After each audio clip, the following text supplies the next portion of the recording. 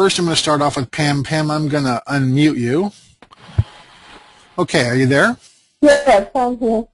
Can you hear me? I can hear you. It's a little funny, but go ahead and explain your question about the navigation. Well, I'm a raw beginner, so I don't know what I'm doing, and I'm probably asking a very basic question, but I wanted to know how you create that breadcrumb list at the top of the page, right under your nav menu. Sure. Okay, and so if we, for example, if we go over to video lessons, I mean, you can see this. You can go to home, or you can go to, if you go to one of the video lessons, you can see that there's home and then video tutorials, and then start building your website here, and then lesson 1 in this list of breadcrumbs.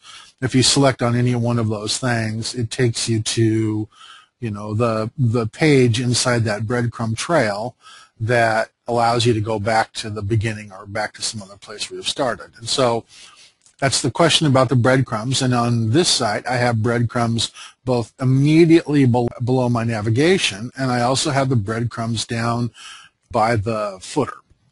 And so the first thing that you need in order to do this is a plugin called NavXT plugins. So if we go to the WordPress.org and plugins, and then let's see, breadcrumb.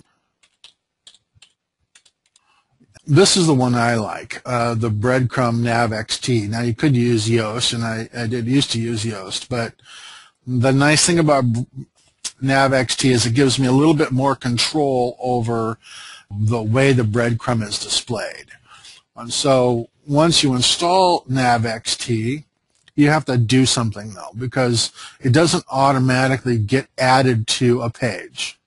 So you have to create a function to add it to your page. And if we take a look at my custom functions PHP file in NetBeans, this is the function that I use to add NavXT to all of my pages. And so I have 2 add actions first, right? I add this function to the thesis hook before content box, and I add the same function to the thesis hook before footer. So that's why it displays both times, because I have 2 add actions. And then that function ask the question first, is it a page that I don't want it displayed on? And so I don't want breadcrumbs on my front page, and I also don't want breadcrumbs on a couple of other pages, and I don't actually remember what those pages are anymore, but those are probably sales pages or something where I want to minimize the amount of information that's on the page. If it's the front page, or if it's page in this array, then I just want to echo out a space.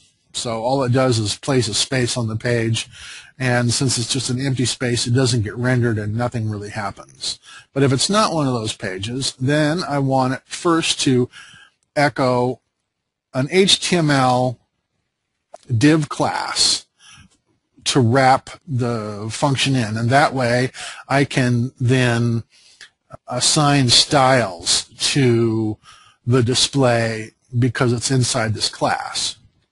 So I create a div with a class of breadcrumb, and then I have one more function inside there, and I ask whether or not the function exists. And that function is BCN display. And now I don't know why BCN is the NavXT breadcrumbs, but nevertheless, that's their name for the function inside of their plugin. And so if that function exists, then it'll employ BCN display, which is the breadcrumb. And then we close it off with a div. Now, anytime I interact with a plugin like this, and the plugin requires code to be added to the page, I always want to ask whether or not that function is there. Because if I just put in BCN display here, but I had uninstalled that plugin, it would break my site because BCN display would no longer exist. And the question is there any chance I'll cut and paste the code somewhere for you to grab? And yes, I will include this code with the video answer here later on. But for grins, I'm just going to go ahead and add it to a forum post too, so that everybody can have access to this. For the time being, I'm going to do that under general thesis questions. I'm going to probably move this to live answer code and create something new, but for the time being, I'm going to add a topic. I'm going to call it live answer code. And I'm going to say, here's the code. The code for the breadcrumbs.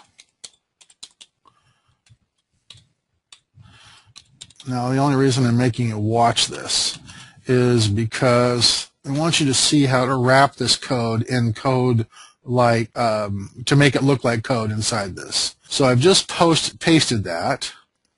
For whatever reason, when I paste like this, it repeats the code twice, and I tell you the truth, I don't understand why. But then we just go grab all that code and come over to this little thing, what's called code language, drop it down, and pick PHP, and then post the new topic. And so now you can see what it looks like. Right now it's colored and all the rest of that stuff. And then if you want to grab the code, you can just grab, view raw code, cut this and paste it into your site, and it'll work just fine. Okay, so that is the answer to how to add it to the page. The answer, you've got one more thing to do though, and that's the configuration of that widget. And under Settings, Breadcrumb NavXT, you have really a lot of potential settings here.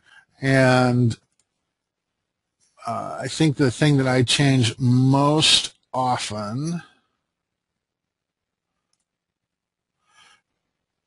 oh yeah, for example, I wanted live answers, to say live answers in the path, so I included that as the root page.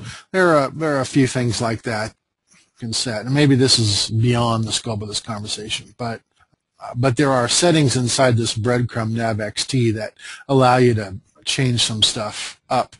You can see, for example, I do place the home in the breadcrumb trail, and I call it home and not something else, but you could call it something else, or you could remove it altogether. And I don't place the blog in the breadcrumb trail, so this is not linked, and I don't use this because it's not because I haven't checked that. So anyway, okay, so that's Pam's question about how to add NavXT or how to add breadcrumbs.